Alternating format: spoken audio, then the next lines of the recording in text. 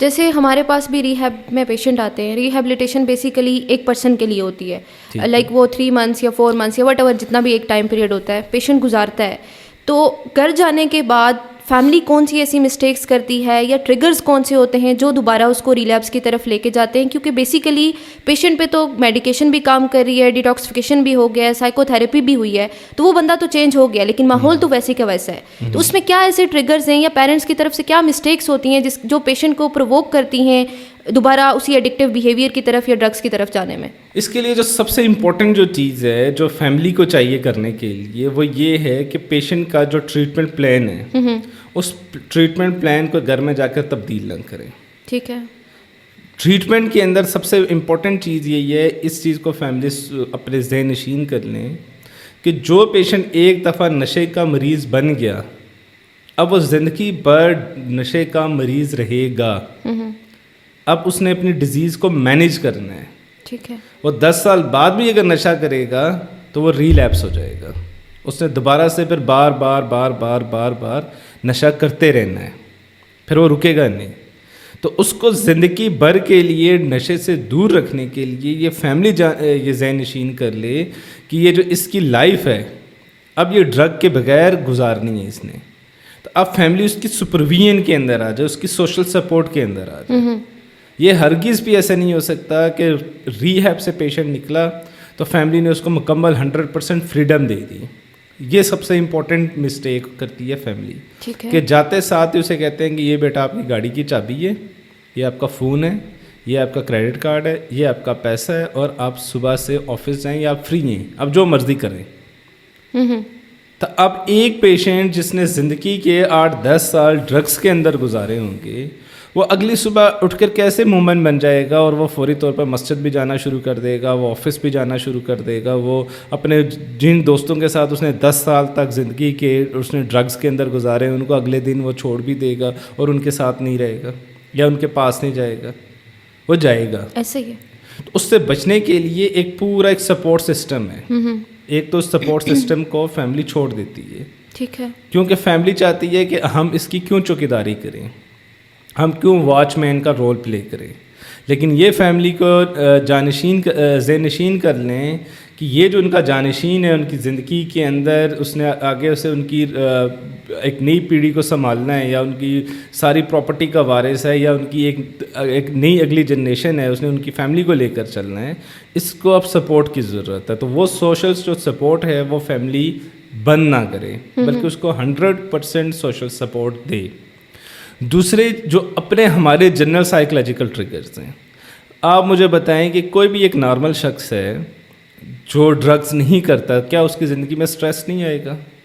آئے گا, ڈیفینیٹلی آئے گا. ایسے ہی اس کی نیند بھی ڈسٹرب ہوگی, اس کے ریلیشن شپ کے اندر بھی اپ اینڈ ڈاؤنس رہیں گے, اس کے کاروبار کے اندر, اس کی جاب کی اسائنمنٹس کے اندر بھی اس کو پرابلمس ہوں گی. اس کو بعض اوقات گھر سے لیٹ نائٹ بھی جانا اس کو پڑے گا.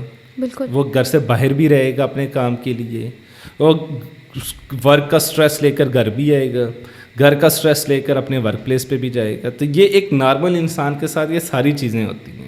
لیکن نارمل انسان ڈرگز نہیں کرتا, وہ ان سارے پروجیکٹس کو, ان ساری چیزوں کو, ان سارے اسائنمنٹس کو ایک چیلنج سمجھتا ہے, اور اپنی مینجمنٹ سیکھی ہوئی اس نے ہوتی ہے, کسی سے ہیلپ لے لی, تھوڑا سا کام آج کر لیا, تھوڑے کل پہ ڈال دیا, لیکن اس نے اپنی زندگی کی گاڑی کو آہستہ آہستہ آگے بڑھاتا رہتا ہے.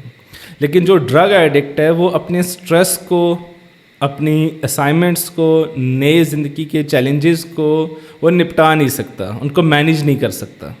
تو جیسے ہی اس کے اوپر یہ workload, domestic stress, domestic responsibilities جب اس کے اوپر پڑتی ہیں اور وہ کہتا ہے ہو اب تو میری سلیپ ڈسٹرب ہونے والی ہے, میں بہت زیادہ انزائٹی میں, میں بہت زیادہ اسٹریس میں ہوں, تو اب اس نے مینجمنٹ ایک سیکھی ہوتی ہے کہ میری سگریٹ کہاں پہ ہے, ٹھیک ہے, میں نے فوری طور پر سگریٹ کرنی ہے. تو وہ اپنی اسٹریس کو, ایک یہ جو ورک لوڈ ہے اس کو مینیج نہیں کر پاتا. پھر ہمارے ایموشنس بڑے اس کے اندر اہم رول ادا کرتے.